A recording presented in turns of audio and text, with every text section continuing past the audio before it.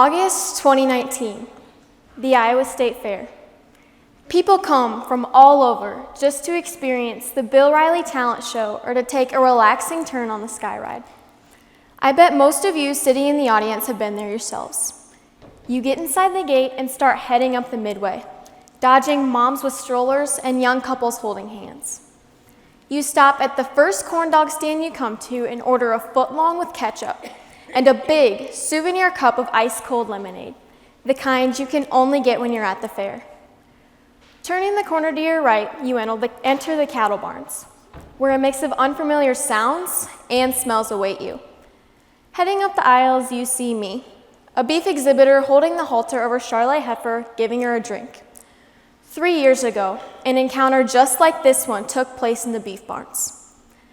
A gentleman stopped near me, a first-time fairgoer, which was very obvious because the pin he was wearing on his shirt, and he was with State Fair ushers on some sort of tour. He asked me, "Well, what do you have there?" I looked at him and smiled. "This is my Charlotte heifer." At this time, I wasn't aware that all of his knowledge about livestock probably came from a book he might have read when he was young, or something he'd seen on television. But what he said next, I found shocking. "Oh, is that a type of horse, or what is that?" I about laughed because I wasn't sure if he was being serious. "Oh no, she's a beef cow." "Oh, well, she looks a lot different than the dairy ones, and that rope thing on her head sure looks funny." With that, he was off to the next stop on his tour.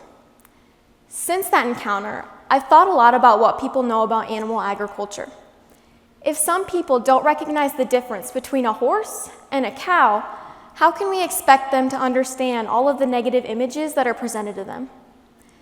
Being a livestock exhibitor, I have had the privilege of growing up on a farm and getting to watch animals progress from the time that they're a baby calf to the time that they are a full-grown cow. When I'm not in school, I spend my time giving them baths, brushing their hair, and conditioning it until it shines. They get food, clean water, and access to medical care. They're kept in air conditioning in the summer and get warm, dry bedding in the winter. I don't just go to the fair. I live a lifestyle that includes dedication to making sure my animals receive the best care possible. Some people who go to the fair ask questions because they are curious, and I respect that. I'm always willing to talk to someone if they have a question, and I know my fellow exhibitors feel the same way. Other people, however, are combative. They're looking to pick a fight with me because something on social media has transformed them into thinking they are experts on livestock. What an uninformed consumer may see as a cattle crusher, a device that hurts animals, is really just a livestock chute that's used for veterinarians trying to help a cow give birth, or it's used so professionals can trim feet so the calves can walk properly. They might see a farmer administering an antibiotic to a calf that will later go on to harm the food system, but in reality, it's a livestock producer giving a vaccine to an animal that will benefit their health in the long run. What these people normally don't understand is that livestock products, including meat, go through several tests before they ever reach grocery store shelves. When I am at the fair, my management decisions are called into question time and time again. So, how do I wish the situation with the first-time fairgoer would have went? I wish he would have asked me, "What is that funny rope thing on her head?" So then I could explain to him that it's a halter, and it works just like a big dog leash. It's used so I can steer her around in the right direction, and it's used for her safety as well as everyone else's around her. What I wish he would have asked me is, "What's that stick you're holding? Does it hurt her?" So then I can inform him that the stick is actually used to keep her calm. I scratch her belly with the side of it, and it feels very soothing. The pointy end is just for adjusting her feet. This doesn't hurt, it just touches her enough so she knows that she needs to move them. Usually when I scratch her side with the stick, her ears start to settle and her eyes close. This tells me that she is fully relaxed. And the big thing that I wish he would have asked me is, "Why do you do this in the first place?" So then I could explain to him that while some kids may play sports, I show cattle. They may go swimming in the summertime with their friends or out to a movie, but I spend a majority of my time in the barn working with her. It's far from any type of punishment, as it's something that I enjoy doing. I know that it's my responsibility to care for her, and I take that responsibility very seriously. Showing cattle has given me the chance to travel across the country, meet new people, and has even given me direction in choosing my future career. 2 summers ago at the Johnson County Fair, people with no prior knowledge of livestock came into the barns and started cutting the halters off of cattle. They wanted to set them free. But let's look at this situation logically. These animals are big, some of them weighing up to 1,400 pounds. They have food in front of them, something soft to lay on, fans blowing cool air on them. And not only that, but they were settled down for the night ready to sleep. When those people came in and started untying the cattle, many of them stayed where they were.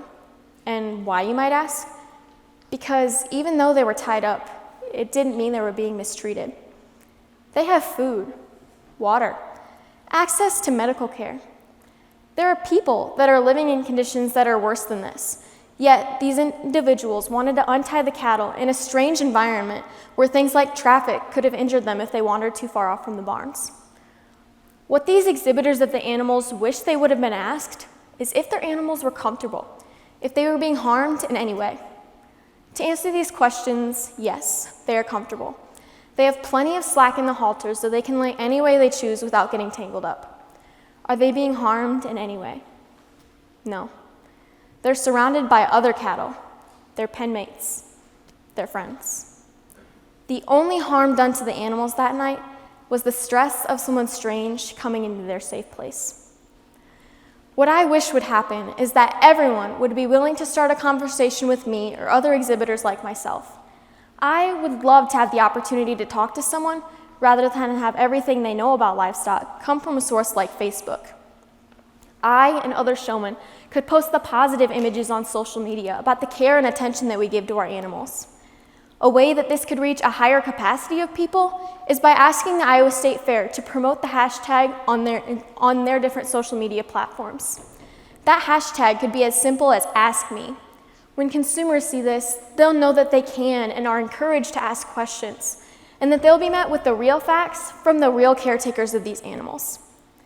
It's going to take both producers and consumers coming together to have honest conversations before anything can change.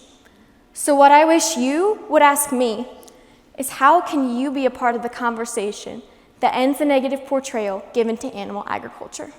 Thank you.